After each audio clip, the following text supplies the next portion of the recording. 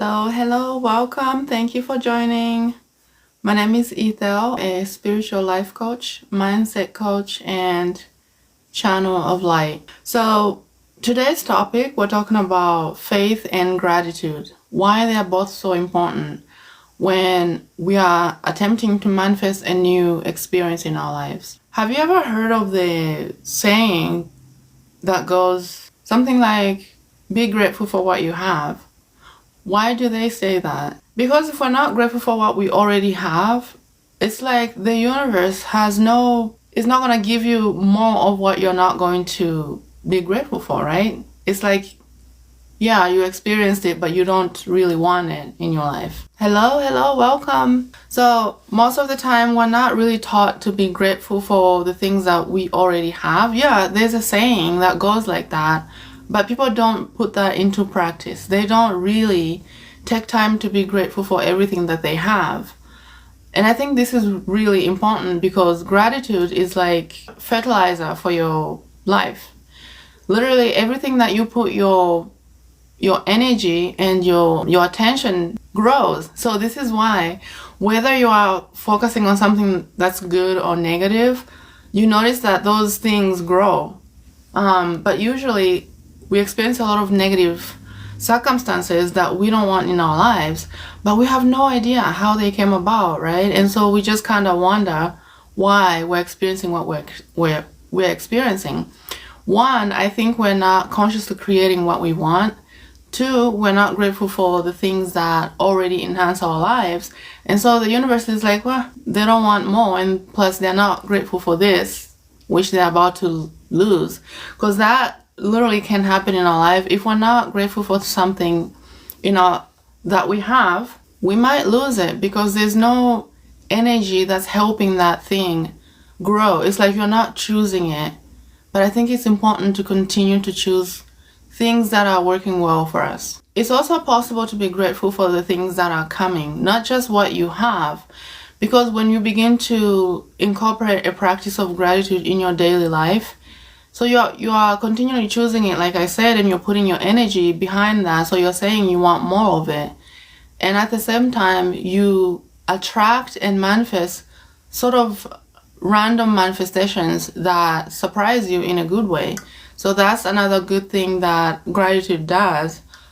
But we have to take time. And that's the thing. We gotta take time and be grateful for what we have. And usually an indicator that lets us know that we're not being grateful is we start complaining about something that's happening in our lives. We start complaining about it because it's not showing us what we want, right? Maybe that's a person in our life or something that's not working the way that you want it to work anymore, whatever. But that's an indicator that you haven't been using the energy of gratitude in your life enough to sort of not attract these other things that are happening. So a little practice that I like to do is, let's say you have a loved one that you appreciate. In the morning or even before you go to bed at night, you close your eyes and, take a few minutes and place your awareness on your heart.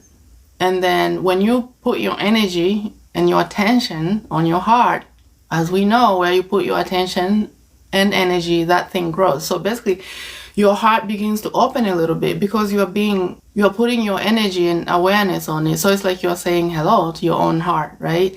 And so when it starts opening a little bit, you place the person that you love, like, the image of them, you sort of put them in your heart and like really think about all the things that they enhance your life with in your life, like why you value them, why you love them, like let it feel the gratitude, feel the good feelings. You'll find that as you are doing that, your heart is going to naturally take over and begin to bring to your consciousness other things that this loved one does to make you feel good. So that's another thing, because the heart is an amplifier. And so if you put good things in there, especially, we're talking about gratitude here, that just grows, right? And so you keep getting more of the good feelings and you become consciously aware of the good ways and other things that the person does to make you feel good. Hello, welcome, Kevin. Thank you for joining. Arthur. Oh, okay. Welcome. Good fellow, welcome. Thank you for joining. Today's topic is gratitude and faith. So, we're talking about how gratitude enhances our lives and like literally amplifies more of itself. So, if you're really honestly, authentically grateful for someone in your life or whatever, your car, the money that you have, you find that that just grows, right? You continue to receive more of it. But we sort of have to find time for gratitude, not to just go about in our lives without being grateful, because you find that what happens is that you may lose those things and the universe will be like, well, this person must not value this thing, so it's time for it to exit. Or, you won't be receiving the benefit that you once did. Because we're taught to, well, we're not taught. We're usually grateful for the things right after we receive them in our experience. We're not taught to continue to want them. We're not taught to continue to desire them and to be thankful for how they enhance our lives. So when you are manifesting or you want to create a different experience for yourself, faith plays a big role in that. Because we get programmed repeatedly in our subconscious mind with things that we don't consciously choose, right? Life just shows us all the negative baggage and negative experiences, then we just react because we're not. I just lost my train of thought. Right, I got it. So because we're programmed repeatedly with the same things over and over again, that's our normal in our subconscious mind. That means that it's gonna take some time for you to reprogram that, and how you do that, the quickest way to do that, even though the programs are gonna fight for their existence in your body, is to put gratitude to something, right? Not to put your awareness. You can consciously choose to reprogram what's in your subconscious mind, but I find that gratitude helps you manifest faster. It shifts your lives quickly because it's like a fertilizer for our experience, for our lives. So if you just went on and did gratitude every day, you found things to be grateful for, you are conditioning your body, your mind, and your subconscious saying, I'm grateful for life, I'm grateful for this and that, whatever. So you are attracting that. You find that all the noise and the negative programming will just sort of begin to dissipate by themselves, because there's no energy or attention from you, right? You're not putting your attention on negative experiences that show up in your life. You are being proactive by using your energy wisely, and being grateful. Now, sometimes it's not easy. It's part of life. Something is right in front of you and you are sort of like pissed off. It's hard to be grateful in that moment. I'm not saying you're in the middle of an argument, oh, I'm grateful. You can't, it's impossible. Those two don't go together. It's like, at least acknowledge that you are pissed off. That's gonna make you feel good, right? Rather than jumping from really being angry to, man, I'm mad, but I'm just gonna keep it inside. I'm gonna be grateful. I'm grateful. So if we already have a momentum around something and we try to do something else, that's not gonna work. It's like you're driving a car 60 miles and then you wanna stop. You're gonna hit your head, right? So just finding time, it doesn't have to be every second of the day, I'm grateful. I mean, if you can do that, that's commendable. But hello, welcome everyone. Thank you for joining. Thank you. So faith is important, because when we're taking action and we don't see any results, it's easy to think and feel like nothing is at least not working, like nothing is happening, right? And so we get discouraged and maybe even stop. But you gotta understand that it takes time, at least a little bit of time, to reprogram your mind and your whole life in general. But if you want to create from a place of gratitude rather than looking at your emotions, like I said, that's important. If you can do both when you are in manifestation and creation, that's great. I love gratitude and I like creating like this because I'm consciously calling things that I like in my life. And then at the same time, because I'm not putting my energy and my focus on things that make me feel bad about myself, then that just goes away.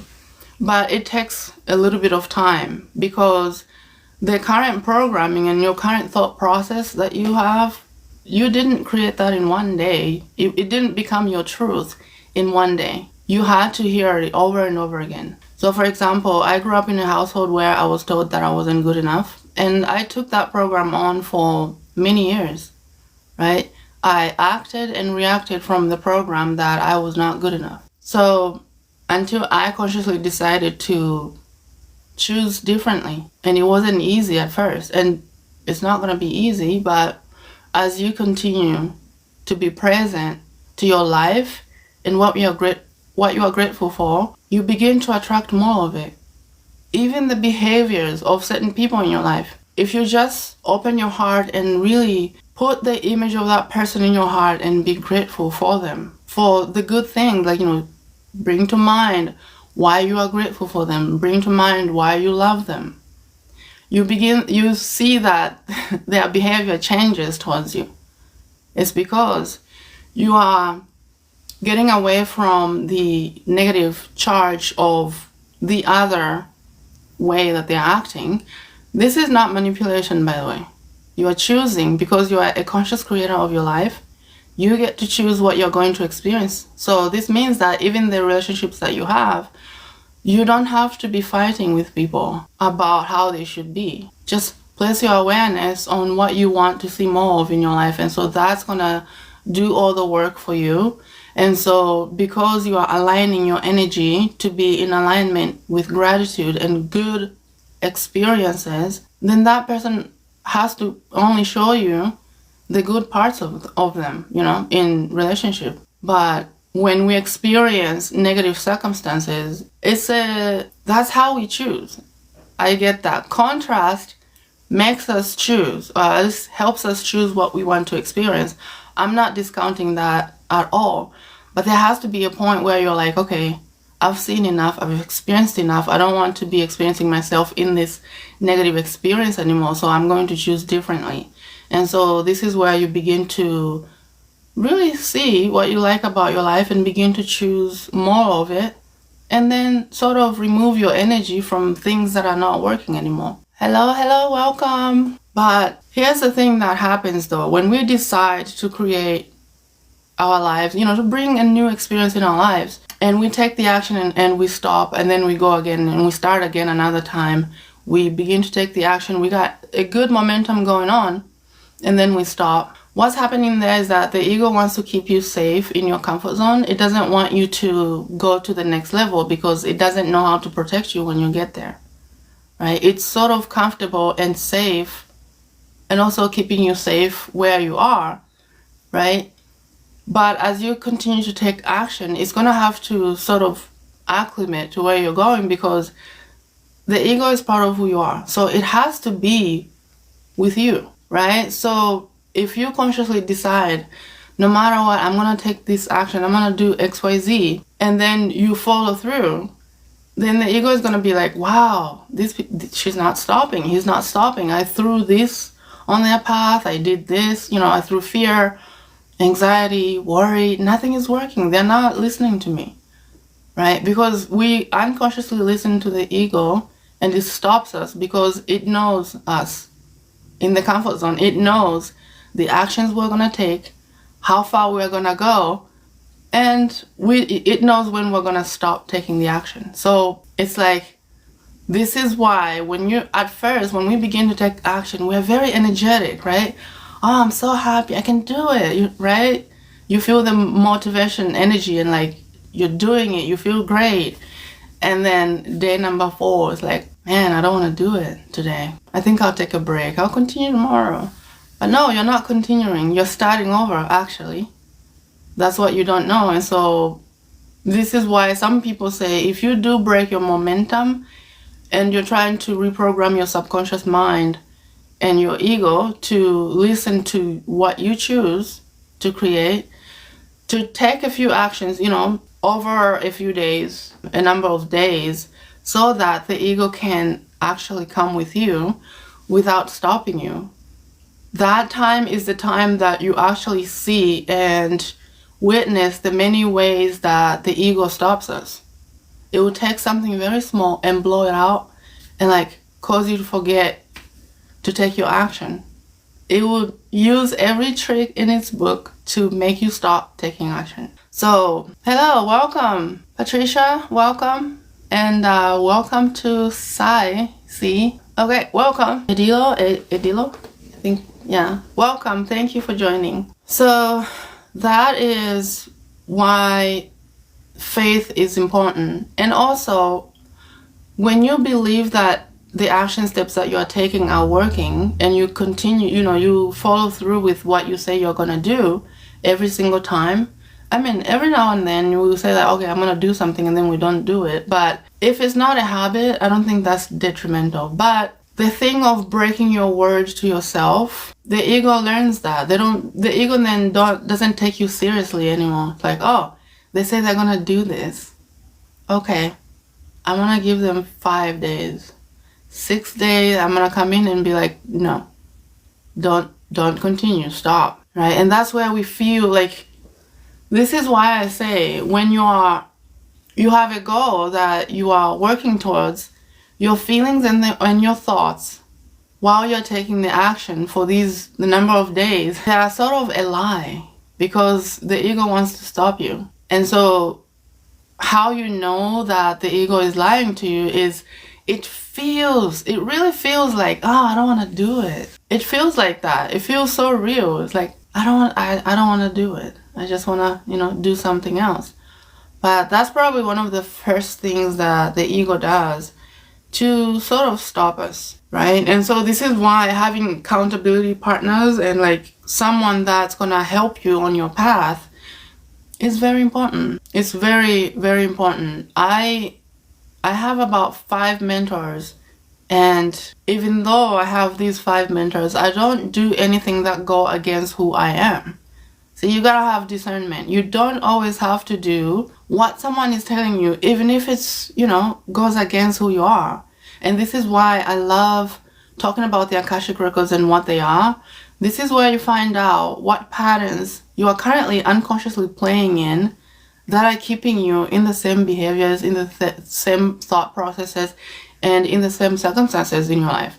You get to find out when you created those, how they are stopping you in a real way in your life, for real, and how they started, what you did to sort of create that in your subconscious and in your Akashic record, right? But after you clear your Akashic record, it's like you're coming from a brand new energy state, right? It's like a clean slate energetically. And then this is a beautiful time for you to like consciously choose what you're going to experience, what you're going to create in your life, right? Because at that time, you don't have any of the old energetic residue, right? And then also your ego is not gonna stop you as hard as it does when we don't know who we are at soul level, and when we haven't cleared our own divine soul blueprint. We all have a blueprint, a soul level blueprint. So basically, because we're all unique and different,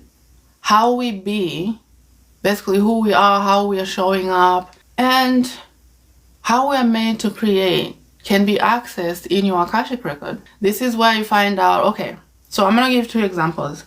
There are people that manifest better when they're in like networking settings, right? When they go out and network with people feel their frequency, and then the people that are drawn to them will naturally begin to kind of come to them and like have a conversation.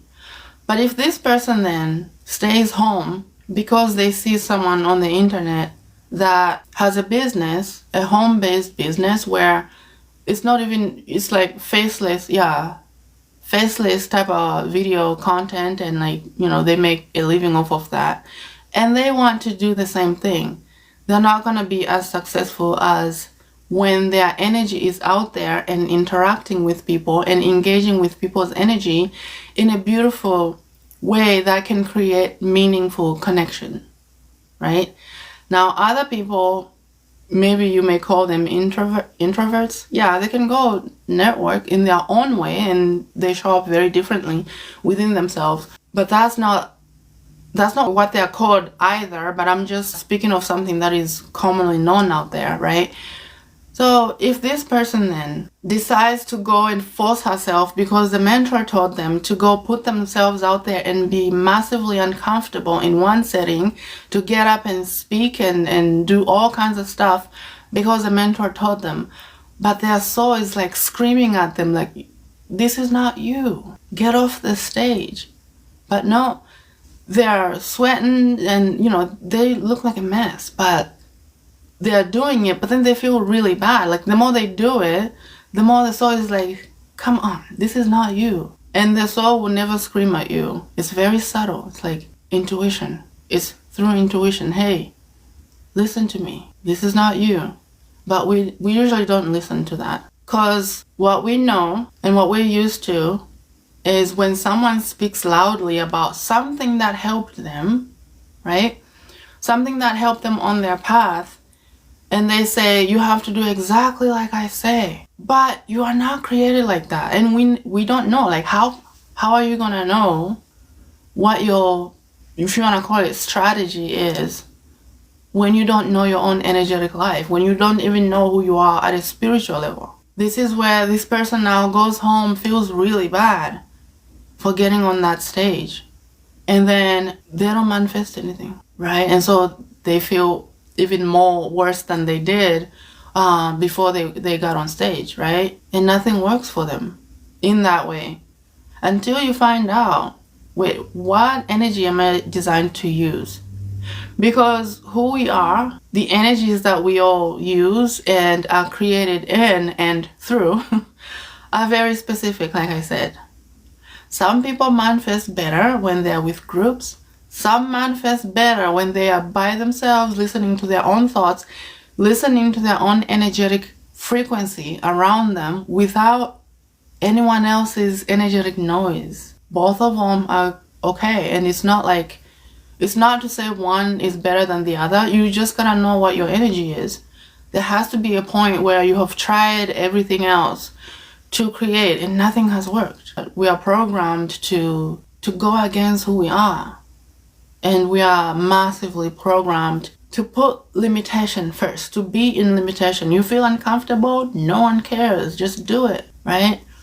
But I get there's a level of uncomfortableness that comes to all of us, whether you are aligned to who you are at soul level or not. That's a different story, right? That's a different story so basically what I'm talking about here is that when your strategy is really aligned to who you are, yeah, the ego is going to try to stop you. And you're not going to feel comfortable because your current comfort right now, you have a comfort zone. And the ego knows how to keep you there. This is different from before you even step on stage, you just feel a whole body, no, like I shouldn't be doing this. But if somebody told that person, hey, so yeah, even if you are uncomfortable, just go up there, just do it. This is how you learn, right? But like, how long are you going to do that? How long are you going to listen to other people's programs or things that work to manifest your dream life or your desired reality before you can come back home? This is why intuition is very, very important. And also, getting your Akashic reading done helps. It's a literal compass of how you are created to show up. In the years of my practice, I've never had anybody say, oh no, you got it wrong. The people that sort of didn't want to listen to what I had to say about who they are, because that's found in their record, because they were married to their limitation almost. Maybe it wasn't time for them. They were not ready yet, which is fine. But if you're serious about creating your life, you're gonna have to, sort of get to a point where you're like, okay, I need to find out who I am. I need to, because we all go through this where we try a bunch of different things and none of them really gives us any sustainable results. It's because we're going against the energy of our divine soul blueprint and who we are and how we're made to show up, right? Hello, Joe. Welcome. Thank you. Free TikTok coins. Welcome. Tom, welcome. Susan, welcome. Carol Walker, 56. Thank you. Welcome. Thank you for joining me. So that's what the Akashic Records are. They're a really invaluable resource, a spiritual resource that does not lie. Like, the Akashic Records holds the truth of all of us, right? Before I knew who I was operating very, very differently. And so, meaning that I had a lot of my energetic resources entangled in situations and thoughts that were not my own. And they really didn't do me any good to hold on to certain things that were limiting me. But after I got my own reading done and found out who I was, I reprogrammed everything in a number of days and began to manifest quickly and easily. Now, if you've never heard of this, you may think it's too good to be true. But why can't it be good and true, though? That's the perspective I would bring to your conscious mind, your subconscious mind about that. Because that's also part of fear. We are programmed to think, oh, if something is too good, it must be too good to be true. If something sounds, that's a program. And we come from limitation. So this, the way that the world is right now, we are set up for failure. We are set up to question anything that goes against what we've been programmed as the truth, as a society. But why can't you think for yourself? Why can't you question things, right? And why can't you question the things that don't make sense? A program that I like to sort of bring to people is a program of when you're hungry, you usually say what?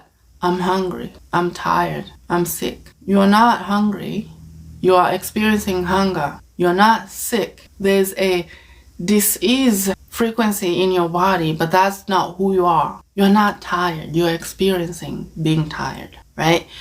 Because the more we say this, I don't know if you know this or not, the more that cements itself in your subconscious mind. I am hungry, I am sick, or whatever.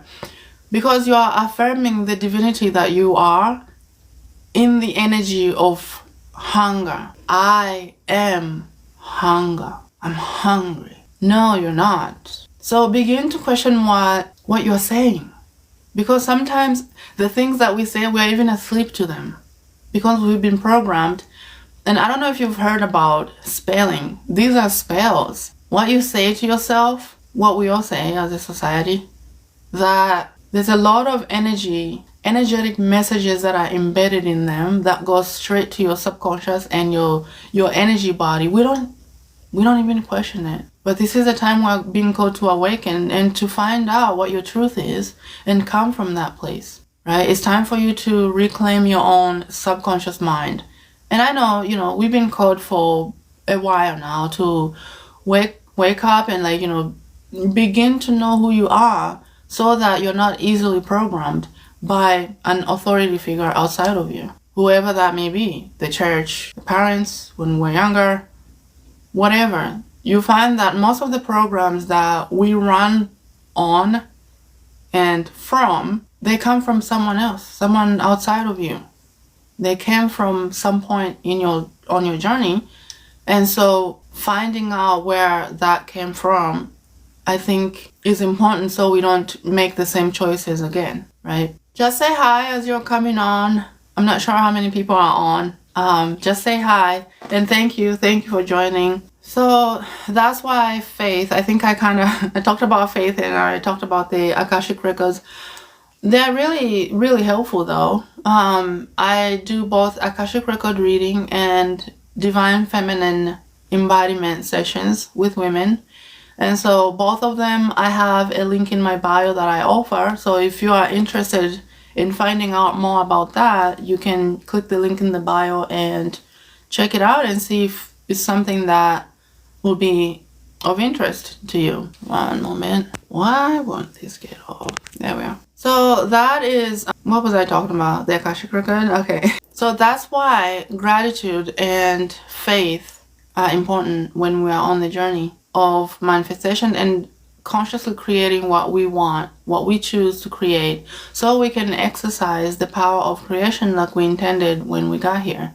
Because we're all divine and we're all here to create and to also experience ourselves through the power of creation, through our own, first from intention, second from deciding what you want to create, and then putting your energy, your mental body, right, what you think, and your emotions from your emotional body, and taking the actions that are going to bring that desire to you based on who you are at a soul level. So I just went blank. So how many of you have heard of the Akashic Records before? Or maybe this is your first time? Has anybody heard of the Akashic Records? It's basically just a spiritual database. It's an energetic spiritual database that houses everything about us. Every choice you've ever made, every decision you've made at the mental body level but never acted on, every experience you've been through. And so to be able to tap into what isn't working for you and where it came from, there had to be an energetic database for you to access and to give you awareness of what happened and when it happened. Your future potentials also are held in your Akashic Record. So if you have choice A and choice B, and you are asking yourself which one to go with, and you go with choice A, so your records can show you if you took a few steps where you're gonna be if you chose choice A. Same thing for choice B. But they're not gonna tell you the exact, like a definitive yes. This is like, you're spot on if you do this and do this, and you're gonna attract what you want. Because you as a conscious being can change your mind at any point. So as long as as long as you don't change your mind and you continue to take the action, then you get to manifest what you want, right? So that is the Akashic Record.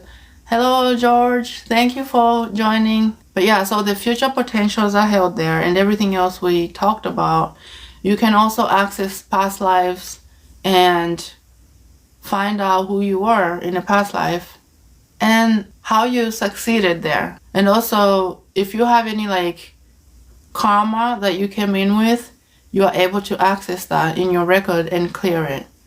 And some people say that we're here to clear that as well, the karma, so that we can begin to come from our soul level selves. And I'm inclined to agree. Because when you are carrying karma from a past life, it's like, it feels like something is missing, one, and then it feels like there's unfinished business somewhere. And so this is where we're manifesting similar situations over and over again. Different people, different situations, different places. But the energetic situation is the same. Like, no matter the setup of a situation, it always ends the same or in similar ways. So to me, that's a big indicator that there might be a past life issue, or even, just some patterns that we may have created from this lifetime at some point that prevent us from moving forward. Because sometimes some of the blocks are bigger than others. Some of them are there are blocks that when you experience extreme trauma, your soul can literally choose to sever a little piece of itself and stay. So you can hide that situation from your mind, your consciousness, your spiritual self, right? And so this is where someone feels like they're not themselves. No matter what they do, they just feel like something is missing. They don't know what though. It just feels like something is missing in the body. They can feel it. And then some people continue to manifest, different bodies, but the same lover at an energy level. They either get cheated on or something happens, they sabotage the relationship because of what they did to someone else at some point, right? Because what we do, and especially those people that want to that think that they are one-upping someone. They're manipulating and controlling it, but they know what they're doing, right? That is also recorded in the Akashic Record, because that also creates karma. Meaning, because you did that to another sovereign being, whatever it is that you did, and you thought you were clever, guess what? The same thing is going to be happening to you in one way or another, until you get conscious awareness of what karmic situation is influencing your relationships, for example. And then you can get conscious awareness and knowledge about that so you don't do the same thing. Now, some people can actually, I don't want to say grow up from that. They can choose to stop doing that anymore. That's great. But if somebody still feels like what they did, let's say if I stopped doing nasty stuff to people, the people that I hurt, if they still feel victimized by me, I stopped doing that quite alright. But guess what? Energetically, there's an imbalance there. It needs to be addressed. So my record is going to hold that knowledge that, okay, I did this, but along the way I decided to stop, change my mind and stop doing that. Now I'm treating people better. But the people still hold that in their consciousness, in their spiritual self, saying, man, she was horrible to me. I'll never forget, especially when they say stuff like that. Then that means that I'm still going to be experiencing the consequences of a choice I'm not making anymore. So that's another block that can be found in there. And so you can address that and clear the energetic karma so that you're not experiencing situations like that. And you can choose to consciously create. Well, I am gonna get off now. Thank you all for joining. I'll be back tomorrow. Well, maybe 2 Mountain Time and then same time in the evening. So if you are on, I would love for you to join again. I appreciate your presence. Thank you so much. I'll see you later.